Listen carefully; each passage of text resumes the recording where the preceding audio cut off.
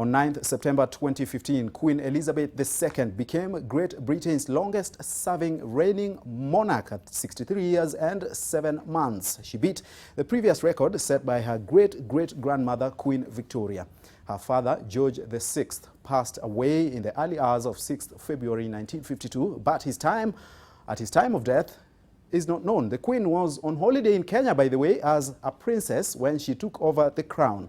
Watch the show The Crown on Netflix for more details. On 10th of September 1945, Mike the Headless Chicken was decapitated in the U.S. state of Colorado. The reason this is a big deal is because Miracle Mike survived for another 18 months after the head had been cut off before choking to death.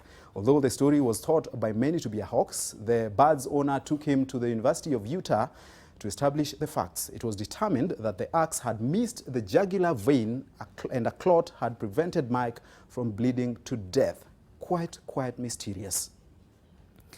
On 11th of September 2001, Al-Qaeda terrorists hijacked 4 aircraft over the skies of America and flew them into the Twin Towers in New York City and the Pentagon in what became to be known as the 9/11 attack.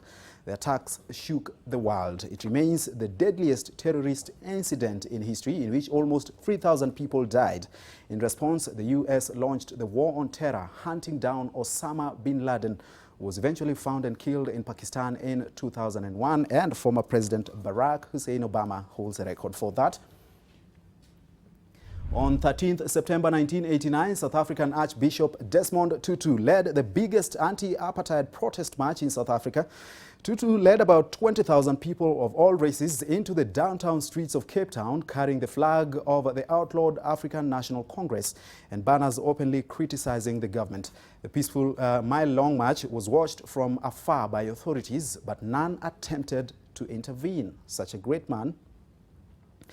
On 13th September 1997, the state funeral for Mother Teresa was held in India. People from all walks of life crowned along both sides of the 5-kilometer procession route which took the body from St. Thomas Church, where she had been lying in state, to Netaji Indoor Stadium for her funeral mass.